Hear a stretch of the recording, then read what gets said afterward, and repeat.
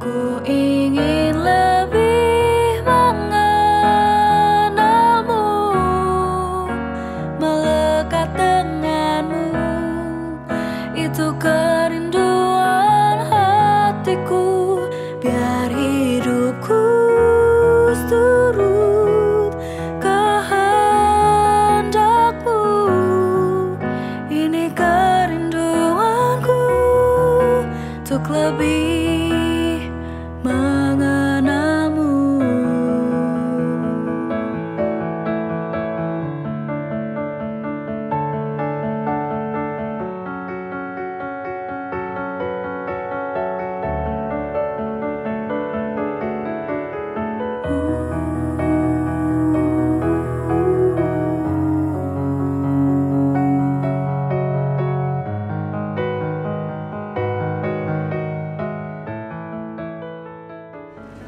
Shalom, puji Tuhan, selamat hari Minggu.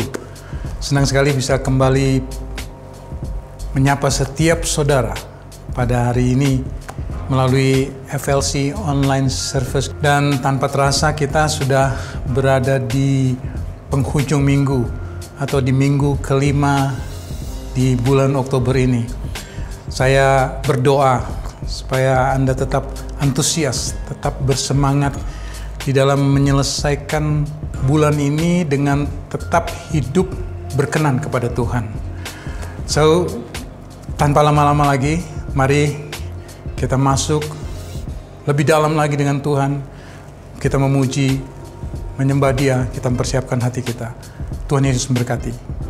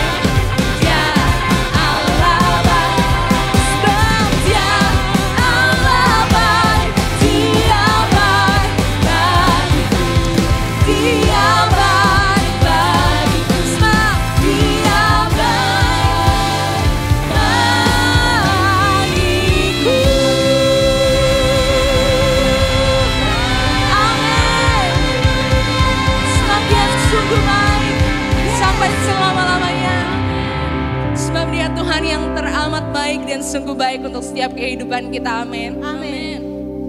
Mari lebih lagi kita mau masuk dalam hadirat Tuhan. Kita mau berikan penyembahan yang terbaik. Kita membawa setiap pujian dan penyembahan dengan penuh kesungguhan hati untuk Tuhan Yesus. Terima kasih Tuhan. Thank you Jesus. Setiap pujian kami Tuhan.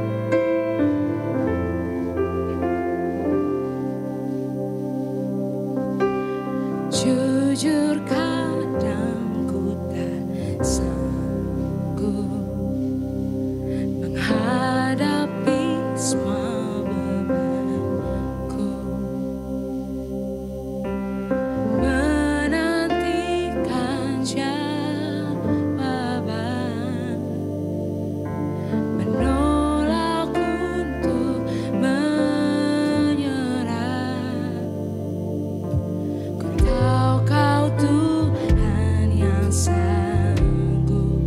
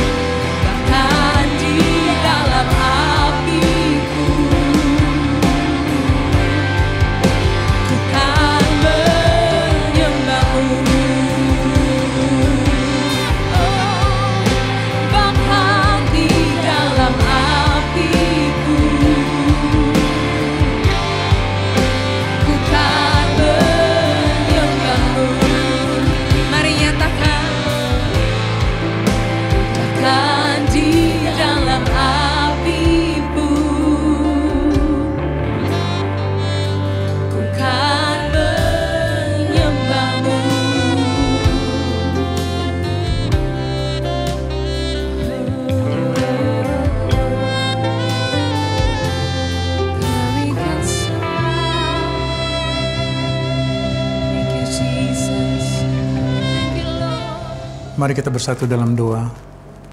Kita mempersatukan hati kita. Kami bersyukur untuk hari yang Kau berikan Tuhan. Untuk anugerah-Mu, kasih setia-Mu dalam kehidupan kami. Kami tahu kalau kami boleh ada sampai hari ini, semuanya karena begitu besar kasih-Mu dalam kehidupan kami. Sementara kami percaya Engkau tetap berkarya melalui kehidupan kami, melalui setiap apa yang Kau percayakan Tuhan. Terima kasih Bapa, dan saat ini kami berdoa secara khusus untuk gembala sidang kami, Pastor Joshua dengan Sister Alena dan keluarga besar, tetap dalam pemeliharaan penyertaan-Mu, kuasa-Mu yang bekerja, roh-Mu menyala-nyala dalam kehidupannya, dan Tuhan terus campur tangan, menyertai kehidupan apapun yang di pergumulan hidupnya. Tuhan yang tetap beracara, Tuhan yang menjadi kekuatannya, bahkan untuk setiap volunteer, para setiap leader, Tuhan melihat setiap hati mereka yang tetap tertuju kepadamu, memberikan yang terbaik melalui setiap apa yang Kau percayakan. Tuhan campur tangan, Tuhan berkuasa, Tuhan beracara, dan Tuhan terus merancangkan kehidupan mereka, biar nama Tuhan terus dipermuliakan. Terima kasih juga untuk setiap jemaat-jemaat yang Kau percayakan di Forward Ventures, di Karawaci Office Park, juga dengan di Soho Capital. Tuhan melihat jemaat-jemaat yang penuh dengan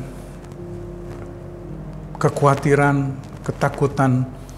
Biarlah Tuhan terus memberikan kekuatan, campur tangan-Mu menyertai, damai sejahtera-Mu melingkupi kehidupan setiap jemaat-jemaat-Mu. Bahkan berkat Abraham, berkat Ishak, berkat Yakub boleh turun atas kehidupan anak-anak-Mu. Kami juga berdoa untuk bangsa dan negara kami Tuhan. Kau yang melihat pemerintahan yang ada saat ini. Tuhan yang campur tangan menyertai. Berikan kesehatan untuk khususnya Presiden kami, juga para wakil Presiden kami, juga para jajaran menteri dan para pejabat TNI Polri.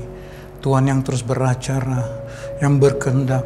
Tuhan berikan mereka hati yang takut akan Engkau dan memerintah bangsa ini dengan dedikasi, dengan ketekunan, dan biarlah kuasa-Mu bekerja. Kondisi apapun yang sedang kami alami hari-hari ini, kami tahu Engkau tetap pegang kendali atas bangsa ini, atas negara ini. Bahkan kami mau melepaskan berkat untuk bangsa ini, melepaskan damai untuk bangsa ini. Biarlah bangsa ini mempermuliakan Engkau. Dan hanya di dalam nama Bapa, Putra, dan Roh Kudus, di dalam nama Tuhan Yesus Kristus, kami berdoa dan mengucap syukur. Amin. Dan kami ingin menginformasikan bahwa FLC Kids mengadakan Christmas Celebration tanggal 11 Desember 2022, hari Minggu, jam 10 pagi di Soho Capital. Jadi bagi saudara yang memiliki anak, kami mengundang boleh ikut bergabung di FLC Christmas Celebration yang for kids. Sekali lagi jam 10 pagi di tanggal 11 Desember 2022. Dan juga campaign Serve With Us. Ini membuka kesempatan untuk mendaftarkan jadi choir dan welcome ministry. Kita akan adakan Christmas celebration tanggal 25 Desember 2022. So, jadi siapa saja saudara boleh ikut bergabung di FLC Serve With Us melalui choir dan welcome ministry. Baik, mari saudara kita mempersiapkan hati kita untuk menerima kebenaran firman Tuhan yang akan disampaikan oleh hamba-Nya pada hari ini. Tuhan Yesus memberkati.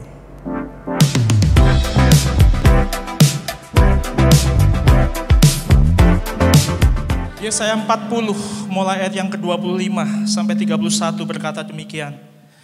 Dengan siapa hendak kamu samakan aku?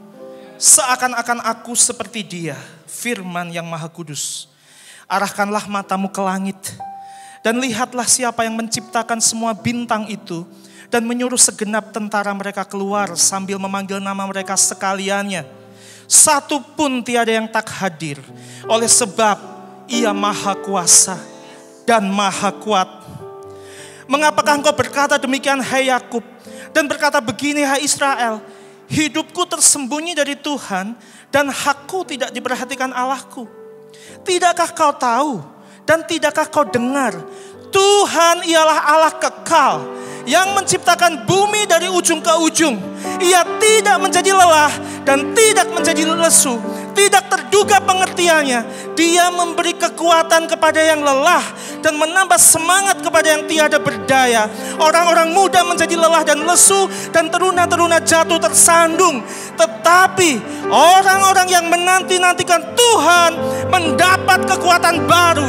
Mereka seumpama Raja Wali yang naik terbang dengan kekuatan sayapnya. Mereka berlari dan tidak menjadi lesu. Mereka berjalan dan tidak menjadi lelah.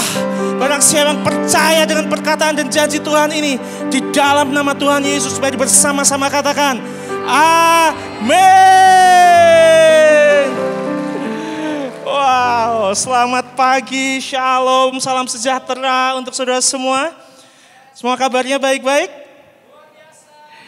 Untuk bisa 1.600 km naik motor, kalau saya perlu karunia khusus dari Roh Kudus. Karena kalau saya naik motor, istri saya ngebonceng di belakang, istri saya bilang begini, boleh nggak aku aja yang di depan? Biasa saya mau Bapak Ibu Saudara semua berikan apresiasi untuk Pastor Josh, Gembala Saudara, dan juga tentunya Kak Alena untuk hati dalam mengasihi saudara semua. Bapak Ibu siap belajar kebenaran firman Tuhan hari ini? Saya persilakan duduk. Dan saya sekali lagi mau berterima kasih kepada Pastor Joshua dan juga Alena untuk opportunity yang diberikan bagi saya untuk berbagi kepada saudara semua. Saya membawa salam dari istri saya Tami dan kedua anak saya Arya Petra dan Aura Bella kepada saudara semua. Dan tentunya juga saya membawa salam dari all pastors and leaders di JPCC. Kami semua sangat mengasihi saudara dan kami percaya bahwa friendship di dalam Tuhan akan membawa kita maju ke depan bersama-sama sebagai anggota tubuh Kristus untuk memperluas kerajaan Tuhan di muka bumi ini, yaitu membawa begitu banyak orang percaya untuk mengaku dengan mulutnya dan menerima dalam hatinya bahwa Yesus adalah satu-satunya Tuhan dan Juru Selamat di dalam kehidupan kita semua. Nah, masih di dalam tema yang diberikan yaitu dealing with flesh. Hari ini saya akan menyampaikan sebuah pengajaran dengan judul The Power of Wisdom. Apa hubungannya wisdom dengan dealing with flesh? Ini yang akan kita pelajari hari ini. Dan saya berdoa supaya apa yang disampaikan hari ini, saya dimampukan Tuhan untuk bisa berkata-kata dengan bahasa yang sesederhana mungkin, supaya setiap dari kita bisa memahami, mengerti, dan Tuhan sendiri yang membukakan pengertian-pengertian baru, melebihi keterbatasan kata-kata saya kepada saudara semua. Amin. Nah, beberapa waktu yang lalu, atau di dalam saat mempersiapkan pengajaran hari ini, saya teringat satu kejadian di mana tadi saya cerita anak-anak saya, Arya Petra atau biasa saya panggil Petra dan Aura Bella atau biasa saya panggil Bella, mereka masih sekolah hari ini, maksudnya minggu libur, tetapi mereka masih dalam usia sekolah dan setiap kali tentang pelajaran matematika saya cukup struggle untuk bisa beradu argumentasi dengan mereka. Kenapa? Karena setiap kali mereka tanya tentang sebuah cara untuk bisa menyelesaikan sebuah soal matematika, saya kemudian berkata kepada mereka, caranya ini begini aja, ini cara yang lebih sederhana, cara yang lebih simple. Tapi kemudian mereka berkata seperti ini, oh enggak boleh sama guru di sekolah, karena caranya tidaklah harus demikian. Loh tapi kan hasilnya sama. Kenapa enggak boleh? Enggak, harus dengan cara seperti apa yang diajarkan di sekolah. Terus saya bilang gini, ya kalau gitu kamu kerjain sendiri aja, ngapain nanya saya? Saudara pernah mengalami hal seperti ini? Waktu kita berpikir bahwa cara kita adalah cara yang baik, tetapi sebetulnya ada cara lain yang kita harus tunduk kepada cara itu. Walaupun hasilnya sama, walaupun hasilnya terlihat sama-sama baik, tetapi cara kita seringkali tidak sesuai dengan apa yang menjadi cara Tuhan di dalam menyelesaikan persoalan-persoalan di dalam kehidupan kita. Nah, bagi orang percaya adalah lebih mudah untuk bisa membedakan mana persoalan yang benar dan mana yang salah. Betul apa tidak? Tetapi yang jauh lebih sulit adalah bagaimana kita membedakan di antara hal-hal atau keputusan-keputusan yang terlihat baik ini, mana yang menggunakan cara atau hikmat saya sendiri dan mana yang seharusnya menggunakan cara Tuhan. Karena kalau itu demikian mudah, maka bagi kita tidak ada orang percaya yang harus mengalami sebuah persoalan sulit di dalam kehidupannya. Betul apa tidak? Jadi persoalan bagi orang percaya bukan untuk membedakan mana yang salah dan mana yang benar. Tetapi di antara semua yang tampak benar dan semua yang tampak baik, mana yang saya harus lakukan yang sesuai dengan kehendak Tuhan dan bukan sesuai dengan kehendak saya. Mana yang sesuai dengan God's wisdom, mana yang sesuai dengan hanya kehendak baik saya saja. Mana yang sesuai dengan caranya Tuhan dan mana yang tidak sesuai dengan cara Tuhan. Walaupun tampak sama-sama baik. Betul apa tidak? Nah, itulah kenapa ada banyak orang percaya yang masih terkadang galau di dalam mengambil keputusan dalam kehidupannya. Bapak Ibu Saudara pernah galau? Ada yang pernah galau? Galau itu tahu artinya? G-A-L-A-U, betul kan? Kalau dieja kan G-A-L-A-U ya. Galau itu gelisah antara lanjut atau udahan. Dan bukankah itu yang sering terjadi di dalam mencari pasangan atau yang pas dengan angan-angan. Karena katanya pasangan itu kalau nggak pas cuma jadi angan-angan kan gitu ya. Galau terkadang muncul. Ini kayaknya sudah ketemu, ini baik, cinta Tuhan, kehidupannya juga baik. Tapi kok masih gelisah antara lanjut atau udahan. Di dalam kita memilih mengambil keputusan untuk pekerjaan apa, bisnis apa yang akan dikerjakan. Ada galau juga, gelisah antara lanjut atau udahan. Walaupun semuanya tampak baik. Salah satu yang saya temukan di dalam kehidupan pernikahan berumah tangga adalah ketika kita berdiskusi. Saya dan istri saya Tami berdiskusi. Anak kita ini mau disekolahin di sekolah umum atau sekolah Kristen? Ada galau di situ. Karena ada banyak pertimbangan-pertimbangan yang muncul. Sudah pernah mengalami hal demikian? Di semua aspek atau area kehidupan. Jadi sekali lagi persoalan bagi orang percaya bukan membedakan mana yang benar dan mana yang salah. Tapi membedakan di antara yang tampak benar semua ini, mana yang merupakan kehendak daging saya, keinginan daging saya, dan mana yang merupakan keinginan roh atau kehendak Tuhan.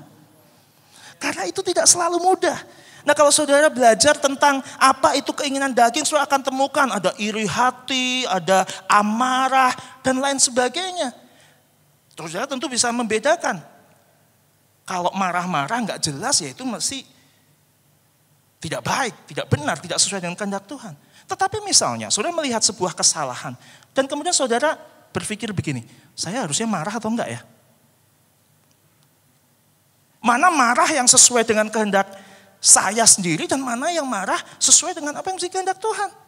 Karena Yesus pun juga pernah marah, betul apa tidak? Nah, tetapi juga bicara tentang salah satunya keinginan daging juga yang kita pelajari adalah tentang mementingkan diri sendiri. Nah, hari ini saya akan lebih banyak berbicara kepada saudara, berbagi kepada saudara tentang apa bedanya kita menggunakan wisdom kita sendiri atau hikmat kita sendiri dengan apa yang menjadi God's wisdom atau hikmatnya Tuhan. Mana yang kita menggunakan dengan cara kita sendiri dan mana yang menggunakan dengan cara Tuhan. Nah, saya kasih contoh seperti ini. Kalau misalnya suatu hari Pastor Josh lagi mau touring ke Bali lagi misalnya. Terus saya bilang sama Pastor Josh, boleh nggak saya ikut? Ya. Karena Pastor Josh baik banget, walaupun tahu saya bakal merepotkan, tapi saya diperbolehkan ikut. Nah, saya bilang seperti ini, Pastor Josh, kemanapun Pastor mau pergi, saya ikut. Tapi, pakai cara saya ya. Make sense gak? Saya mau kemanapun Pastor Josh pergi, touring, saya mau ikut. Tapi Pastor Josh pakai cara saya ya. Make sense buat saudara? Apakah itu yang terkadang kita lakukan kepada Tuhan? Tuhan, saya mau ikut kemanapun kau bawa aku pergi. Tapi sebentar, pakai cara saya ya. Itulah kenapa membedakan antara benar dan salah itu sesuatu yang lebih mudah bagi orang percaya. Tetapi untuk membedakan mana yang tampaknya baik dan benar, tetapi itu kehendak saya atau keinginan daging saya sendiri, dan mana yang kehendak roh atau keinginan Tuhan, itu perkara yang cukup sulit. Sudah setuju dengan hal ini? Oke, kalau setuju berarti kita bisa lanjutkan ya. Karena ini terjadi juga pada, by the way saya tadi bangun pagi, ya lumayan bersemangat lah ya. Karena Manchester United hampir kalah tadi malam dengan Chelsea. Tapi di detik-detik terakhir, di menit injury time ya, itu berhasil seri gitu. Karena kalau kalah menurut saya kurang adil ya. Karena lebih menguasai pertandingan. Ya. By the way kalau saudara nggak mengerti tentang apa yang saya bicarakan, tidak apa-apa, tidak mempengaruhi keselamatan saudara juga. Tetapi bicara soal Manchester United, ya salah satu pemain bintangnya, Ronaldo, baru di scores. Karena apa? Karena dia mau main dengan caranya sendiri. Sementara pelatihnya Erik ten Hag bilang, di tim ini tidak ada pemain yang lebih besar daripada klubnya. Ya, kamu ikuti cara saya, bukan dengan cara kamu, sekalipun kamu superstar. Dalam Kejadian 2 ayat 8 sampai 9. Dikatakan demikian, selanjutnya Tuhan Allah membuat taman di Eden, di sebelah timur, disitulah ditempatkannya manusia yang dibentuknya itu. Lalu Tuhan Allah menumbuhkan berbagai-bagai pohon dari bumi. Saudara, berhenti sebentar di sini. Coba saudara bayangkan, kalau Tuhan Allah sendiri yang menumbuhkan berbagai-bagai pohon dari bumi, kira-kira tampak begitu sempurna atau biasa-biasa saja? Pasti begitu sempurna, betul apa tidak? Dan gak cuma satu, berbagai-bagai pohon. Yang menarik dan yang baik untuk dimakan buahnya. Dan pohon kehidupan di tengah-tengah taman itu, serta pohon pengetahuan tentang yang baik dan yang jahat. Jadi di antara berbagai pohon yang begitu sempurna yang Tuhan ciptakan, yang Tuhan tumbuhkan, ada 2 pohon yang secara spesifik dijelaskan di dalam penulisan ayat ini. Yaitu pohon kehidupan dan satu lagi apa? Pohon pengetahuan tentang yang baik dan jahat. Jadi pohon kehidupan dan pohon pengetahuan. Ayat 15, Tuhan Allah mengambil manusia itu dan menempatkannya dalam Taman Eden untuk mengusahakan dan memelihara taman itu. Perhatikan, tujuan manusia ditempatkan di dalam Taman Eden dengan berbagai pohon yang begitu sempurna. Dan kemudian di antara pohon-pohon yang sempurna itu ada 2 pohon yang sangat spesifik. Yaitu pohon kehidupan dan pohon pengetahuan yang baik dan jahat. Tujuannya manusia ditempatkan di taman itu untuk apa? Untuk mengusahakan dan memelihara taman itu. Pertanyaan saya, beda tidak memelihara dan mengusahakan taman dengan memiliki taman itu? Beda. Tujuannya bukan supaya manusia memiliki itu semua. Tujuannya supaya manusia memelihara dan mengusahakannya. Pemiliknya siapa? Tetap Tuhan. Jadi kalau pemiliknya Tuhan, kalau pemilik tur tadi atau perjalanan tadi adalah Pastor Jos, bisa nggak saya bilang, Pastor Jos, saya mau ikut kemanapun Pastor Jos pergi. Karena saya tahu semua tujuan yang Pastor Jos akan capai itu adalah tujuan yang begitu sempurna dan tampak begitu baik dan menarik. Tapi pakai cara saya ya. Loh, jadi siapa yang memiliki touring itu? Demikian juga di dalam persoalan tentang taman ini. Manusia ditempatkan di tengah-tengah taman, kemudian dengan berbagai pohon yang begitu sempurna, termasuk pohon kehidupan dan pohon pengetahuan yang baik dan jahat. Nah, di sini menjadi sangat penting menurut saudara.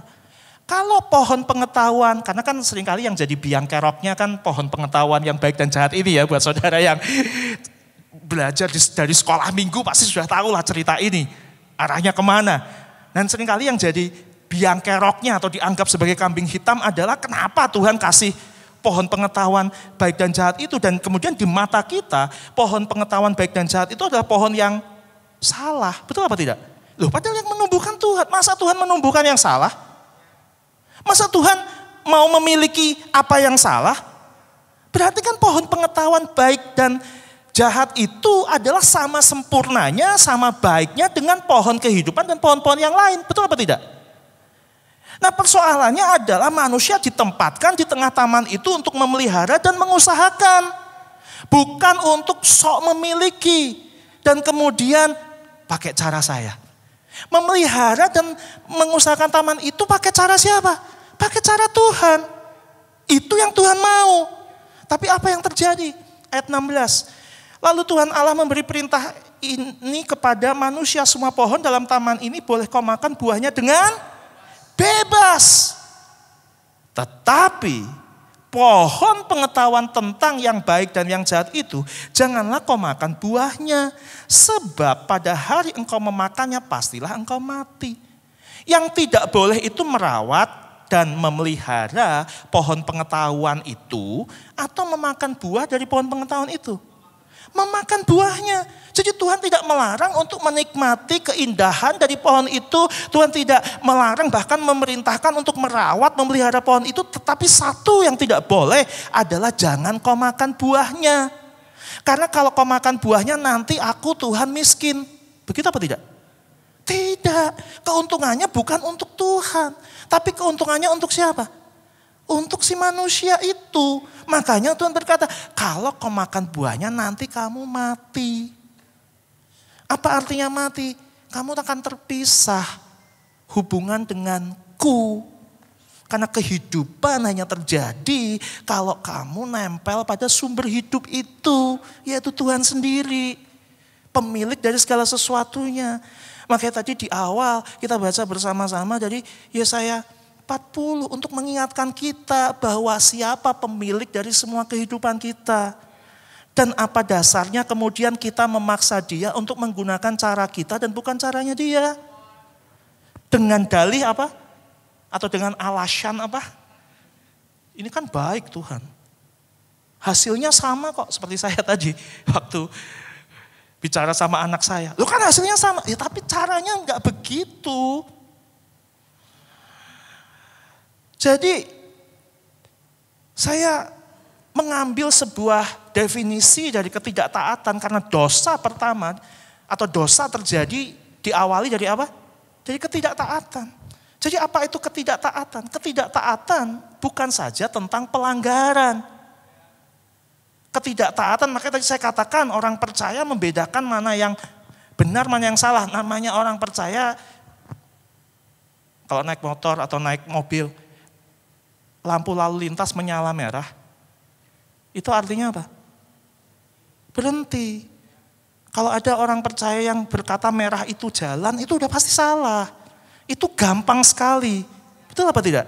Membedakan yang benar dan salah itu gampang. Tetapi membedakan mana yang tampak baik. Nah, jadi ketidaktaatan itu bukan hanya tentang pelanggaran, apa yang benar kemudian menjadi salah. Tetapi ketidaktaatan juga bicara tentang kehendak baik yang tidak tunduk pada cara atau jalan Tuhan. melainkan tunduk pada cara atau jalan kita sendiri atau keinginan daging. Saya bisa menangkap hal ini? Itu yang menyebabkan orang percaya bisa galau. Karena merasa kehendaknya adalah kehendak yang baik. Ya baik menurut siapa? Terus beralasan, loh hasilnya kan juga baik. Ya baik menurut siapa? Itu yang akan terjadi pada Adam dan Hawa. Pada waktu mereka makan buah pengetahuan baik dan jahat itu. Pertanyaan saya kepada saudara. Keinginan atau kehendak untuk bisa mengerti mana yang baik dan jahat. Itu baik apa tidak? Ya baik. Lalu terus kenapa Adam dan Hawa dipermasalahkan? Bukankah mereka makan buah itu karena apa? Pengen mengerti, pengen tahu mana yang baik dan mana yang jahat. Loh betul apa tidak? Terlihat baik bukan keinginan itu? Terlihat baik. Nah terus apa masalahnya? Masalahnya adalah ketidaktaatan. Tidak menggunakan cara Tuhan untuk mendapatkan pengetahuan baik dan jahat itu, tetapi menggunakan caranya sendiri. Itu persoalannya. Makanya pohon pengetahuan baik dan jahat ini tidak bisa dikambing hitamkan. Bukan salah pohon itu. Tapi dosa muncul bukan karena pohon itu ada di tengah taman. Dosa muncul karena manusia tidak taat.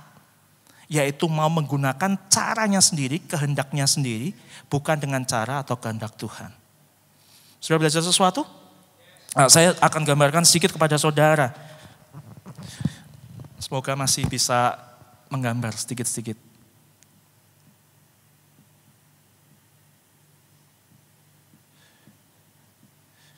Ya ini anggap aja manusia lah ya, Adam ya. Saya nggak tahu Adam waktu itu hairstyle-nya Korean atau apa saya kurang tahu lah. Tapi ya anggap aja gitu. Nah Adam ini ya pertama kali diciptakan ya. Dia baru jadi sesosok manusia. Tapi kemudian ketika inspirasi dari Roh Allah dihembuskan ke dalam kehidupannya, maka Adam menjadi manusia yang hidup. Nah, yang hidup berarti bisa melihat apa yang benar dan apa yang salah. Tapi dari sejak awal manusia tidak didesain untuk mengerti mana yang benar dan mana yang salah. Karena manusia didesain untuk mengerti apa yang benar, titik. Tapi kemudian dia pengen apa? Tahu mana yang jahat. Ini jadi persoalan kan? Sudah diciptakan dengan mata yang terbuka untuk melihat apa yang benar, mengerti apa yang benar, mengerti apa yang baik, mengerti apa yang sempurna, melihat apa yang sempurna di mata Tuhan. Terus kenapa pengen tahu apa yang jahat? Coba bayangkan sedikit. Bukankah ini seringkali yang juga terjadi dalam kehidupan kita? Semua pohon itu baik dan boleh kau makan buahnya. Tapi yang satu ini jangan. Kok malah fokusnya ke yang satu itu coba? Diajar untuk melihat apa yang benar. Kok malah fokusnya pada apa yang salah? Loh iya apa tidak? Karena manusia mau menggunakan caranya sendiri, bukan dengan cara Tuhan. Nah, apa gejala atau tanda-tanda ketidaktaatan tadi? Yang pertama adalah mengabaikan proses. Mengabaikan proses. Kita berandai-andai ya, saudara. Kalau Tuhan adalah pemilik segala sesuatunya, dan dia yang merencanakan segala sesuatu yang ada di taman itu, dia yang memutuskan segala sesuatunya. Kita berandai-andai. Jadi ini jangan dijadikan sebagai sebuah dasar dari kebenaran yang saudara yakini ya. Tetapi kita berandai-andai. Kan Tuhan punya kedaulatan secara penuh. Betul apa tidak? Bisa saja enggak suatu hari Tuhan bilang begini, Adam, Hawa, memang dulu aku bilang kepada kalian, jangan makan buah itu, dari pohon itu. Tapi sekarang, saatnya sudah tiba. Silakan kamu makan buah itu. Ada kemungkinan seperti itu enggak? Karena dia adalah Tuhan, pemilik segala sesuatunya. Dia bisa lakukan dengan cara apa saja. Masalahnya, Adam dan Hawa enggak mau ngikutin prosesnya. Timing, waktu. Tadi kita menyanyikan satu lagu tentang waktu Tuhan. His time, trust in His time. Tapi ini enggak, trust in my time. Yang kedua, tidak percaya dengan timing Tuhan. Katanya mau ngikut kemanapun Tuhan pergi. Tapi kok waktunya lama banget nih jomblonya. Katanya mau ngikut waktunya Tuhan. Lama banget nih bisnis, usaha, kok belum berbuah? Sebentar, belum berbuah itu apakah berarti belum berprogres? Atau karena kata berbuah itu yang kita mengerti dengan cara pandang kita sendiri? Ya apa tidak? Saya kasih contoh Bapak Ibu. Bapak Ibu pernah dengar tentang kata kecewa? Karena lanjutan dari galau itu kalau kemudian keputusan yang diambil ternyata tidak sesuai dengan apa yang menjadi angan-angannya, jadi kecewa kan? Nah, apa itu kecewa? Kecewa adalah jarak antara hope atau harapan dengan realita. Itu namanya kecewa. Itu namanya kecewa. Saudara berharap apa, realitanya seperti apa. Saudara berharap sembuh, realitanya tidak sembuh. Sebentar. Sembuh atau tidak sembuh dalam pengertian siapa? Saudara bisa mengerti maksud saya? Realita ini realita di mata siapa? Apakah realita di mata kita atau realita di mata Tuhan? Sama seperti tadi Adam dan Hawa.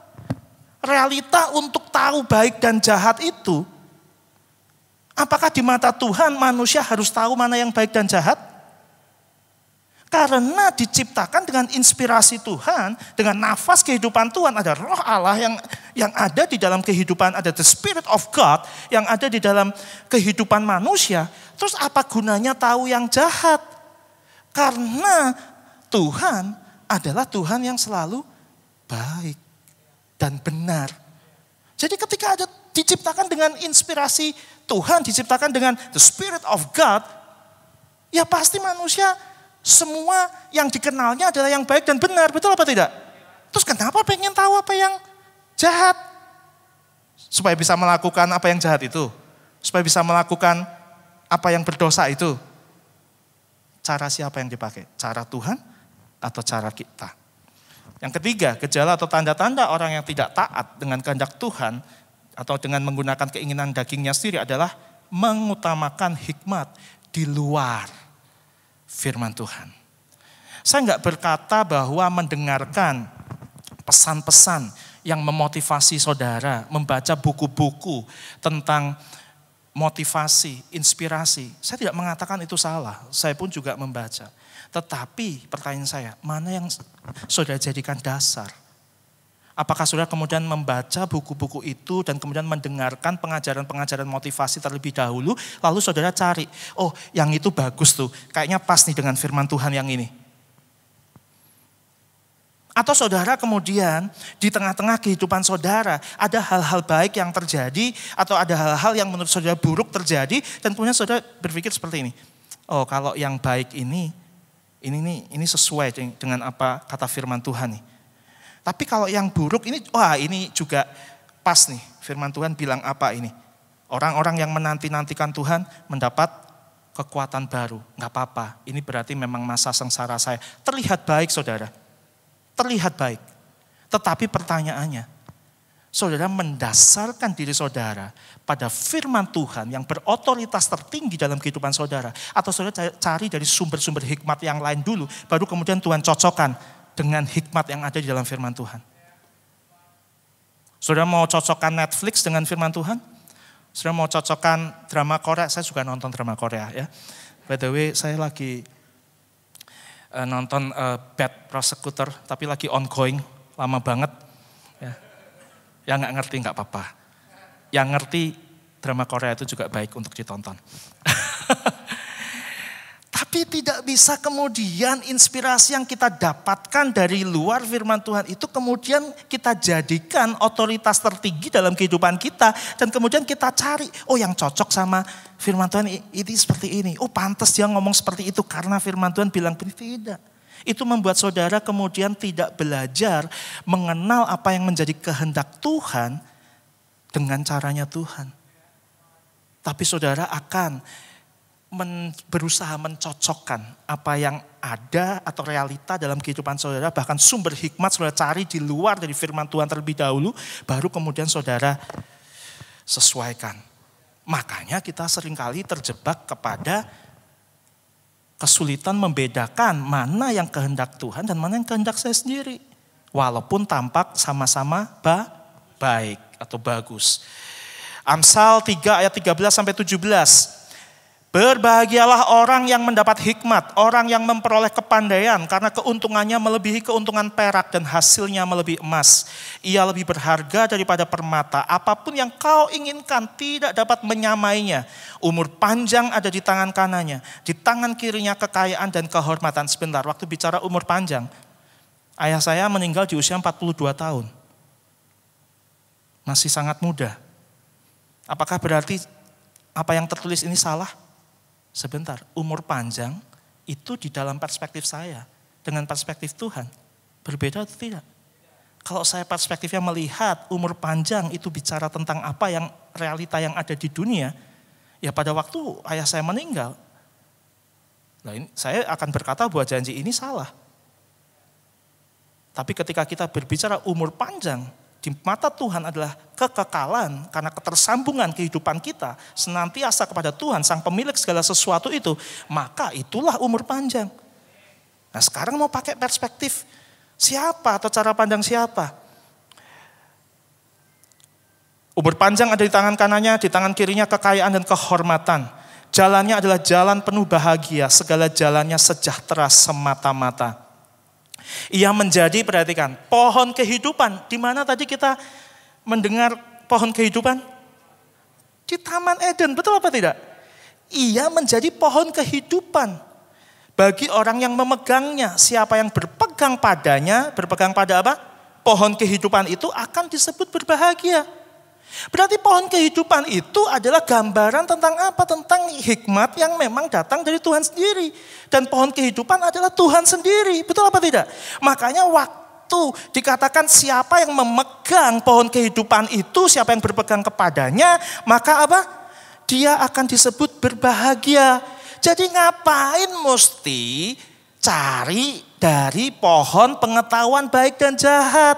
Karena pohon kehidupan itu cukup untuk bisa membawa kita kepada kebahagiaan sesuai dengan perspektif Tuhan, kehendak Tuhan, dan bukan perspektif atau keinginan kehendak daging kita sendiri. Amin. Beri kemuliaan bagi Tuhan kita. Ayat 19, dengan hikmat Tuhan telah meletakkan dasar bumi, dengan pengertian ditetapkannya langit, dengan pengetahuannya air samudra raya berpencaran dan awan menitikan embun. Berbahagia di dalam bahasa Ibraninya dikatakan dengan asrei. Asrei itu blessed. Luar biasa, saudara. Jadi berbahagia ini bukan berbicara tentang berbahagia, ya senang karena semuanya baik, I'm happy. Enggak itu. Tetapi berbahagia di sini sama artinya begini. Diberkatilah orang yang mendapat hikmat, orang yang memperoleh kepandaian, dan seterusnya. Ia menjadi pohon kehidupan bagi orang yang memegangnya. Siapa yang berpegang padanya, berpegang pada pohon kehidupan itu akan disebut diberkati.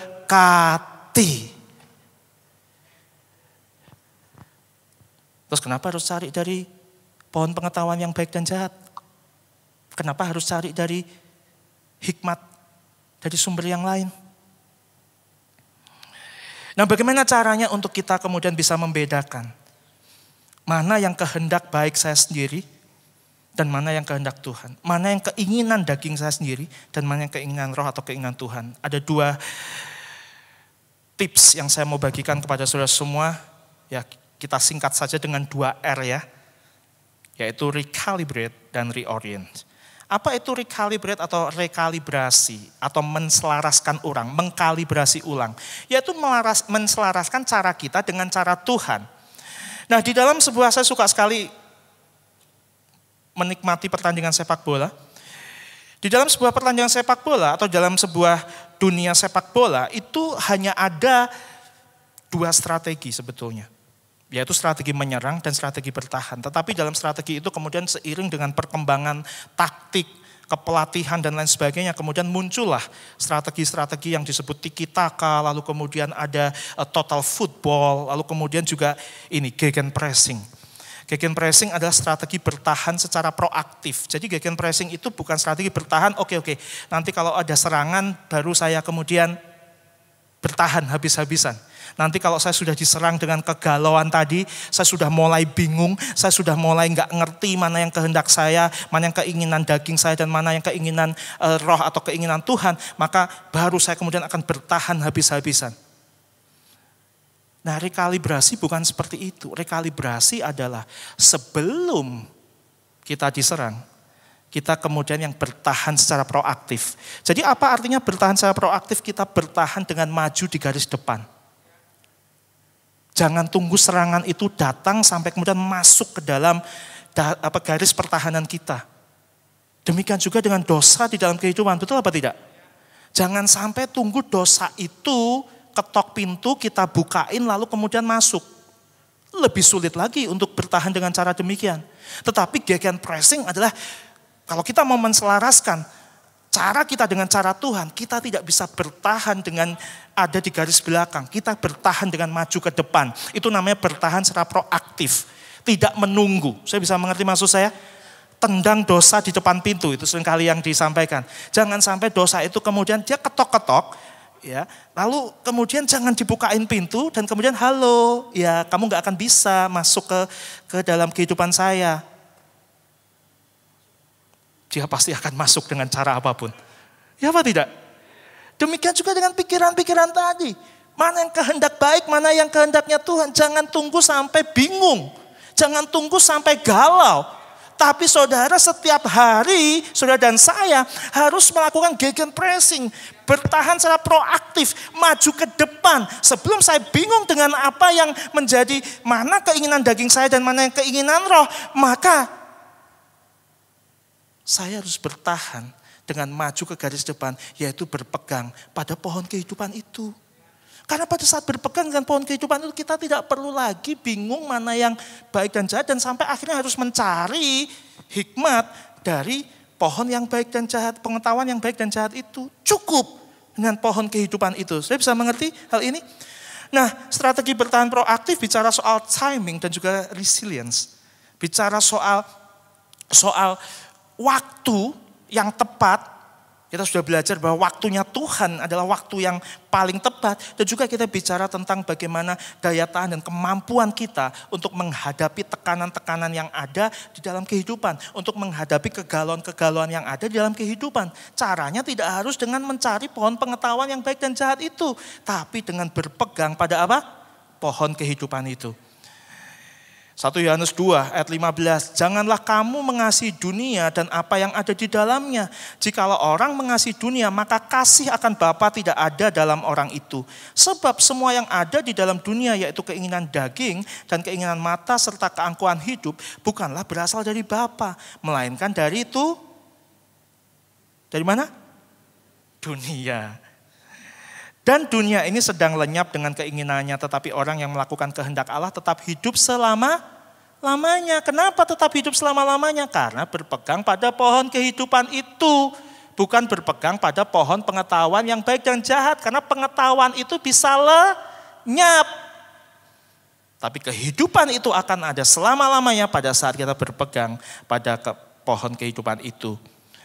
Dalam bahasa Ibrani, daging disebut dengan sarkos, human nature atau materiality. Segala sesuatu yang bersifat material. Jadi makanya tadi saya katakan tidak selalu sesuatu yang terlihat betul-betul salah, tidak terlihat betul-betul jahat.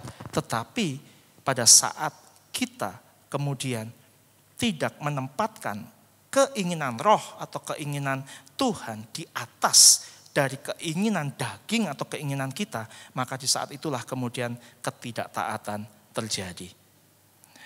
Yang kedua adalah dengan reorient atau arahkan ulang cara kita dalam memperoleh hikmat. Amsal 24 ayat 3-4, dengan hikmat rumah didirikan. Rumah bicara tentang pernikahan saudara, rumah tangga saudara. Rumah juga bicara tentang bisnis yang saudara bangun, pekerjaan, pelayanan, apapun yang saudara bangun dalam kehidupan. Dengan hikmat rumah didirikan, dengan kepandaian itu ditegakkan, dan dengan pengertian kamar-kamar diisi dengan bermacam harta benda yang berharga dan menarik. Hikmat, kepandaian, pengertian milik kita atau miliknya Tuhan? God's wisdom. Karena cara kita di dalam memperoleh hikmat menentukan cara kita di dalam mengambil keputusan. Hanya dengan hikmat Tuhan kita mampu mengambil keputusan-keputusan yang tunduk pada caranya, bukan cara kita. Jadi kenapa tadi saya berikan judul The Power of Wisdom? Karena kalau kita menggunakan power dari human wisdom, maka itu semua terbatas dan bisa lenyap. Dan itu adalah bentuk dari ketidaktaatan. Tetapi kalau kita menggunakan the power of God's wisdom, maka kehidupan itu akan selama-lamanya. Kita tidak akan galau, tidak akan bingung untuk memilih mana yang terlihat baik, tapi kita tahu mana yang kehendak Tuhan, keinginan Tuhan, dan mana yang keinginan atau kehendak daging saya sendiri. Jadi pertanyaannya, menurut saudara, apa yang saudara yakini sebagai the ultimate book of God's wisdom? Apa yang saudara yakini sebagai buku hikmat Tuhan yang tertinggi di dalam kehidupan kita? Apakah firman Tuhan yang saudara baca melalui Alkitab saudara, saudara anggap sekedar sebagai buku pengetahuan tentang yang baik dan jahat saja? Atau buku tentang kehidupan?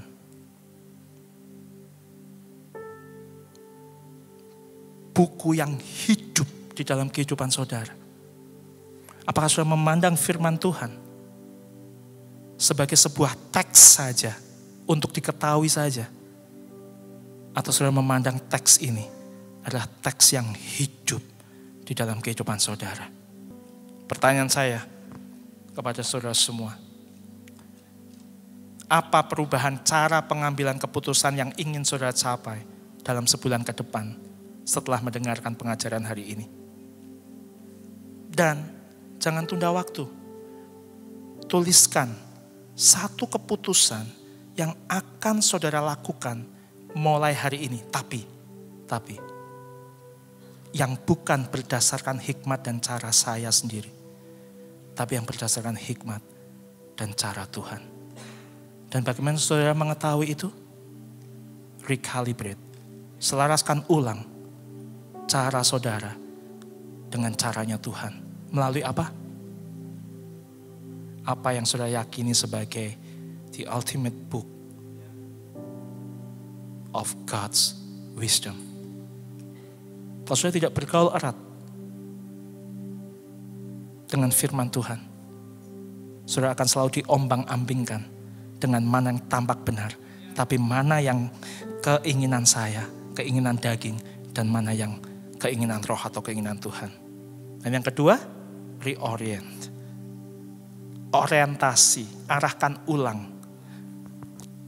apa yang menjadi cara kita di dalam mengambil keputusan. Sudah belajar sesuatu hari ini? Mari bersama-sama kita menjadi orang-orang percaya yang secara progresif terus bisa tunduk di dalam keinginan roh dan bukan keinginan daging. Yang terus bisa taat kepada apa yang menjadi kehendak Tuhan dan bukan kehendak daging.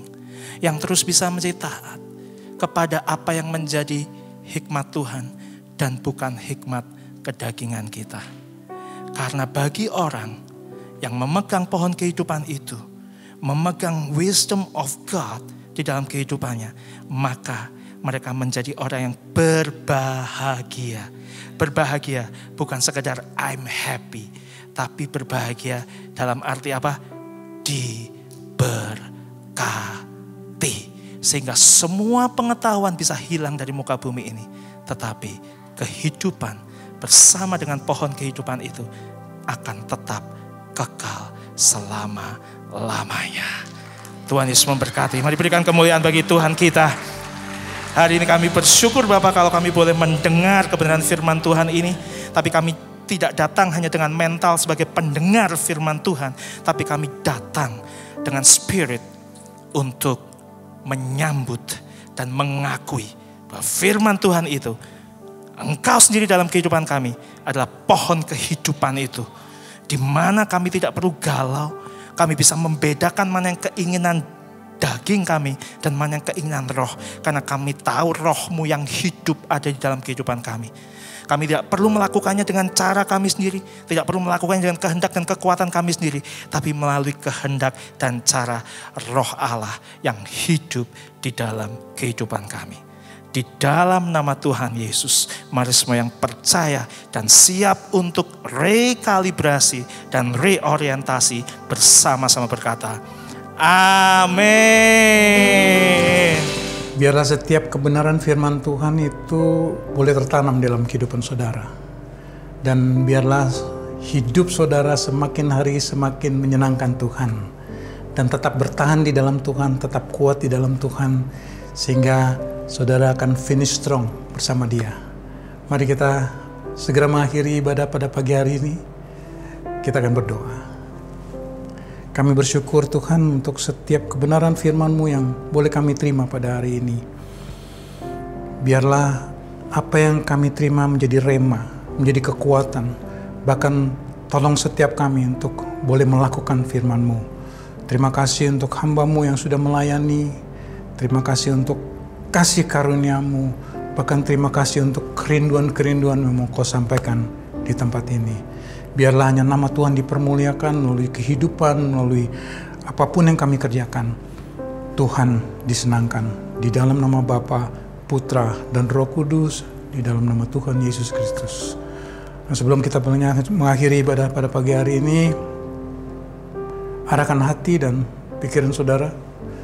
Angkatlah kedua tangan saudara dan terimalah damai sejahtera dari Allah Bapa dan kasih setia Kristus Yesus yang Dia nyatakan di dalam kuasa Rohul Kudus menjadi kekuatan, menjadi penghiburan dimanapun saudara berada.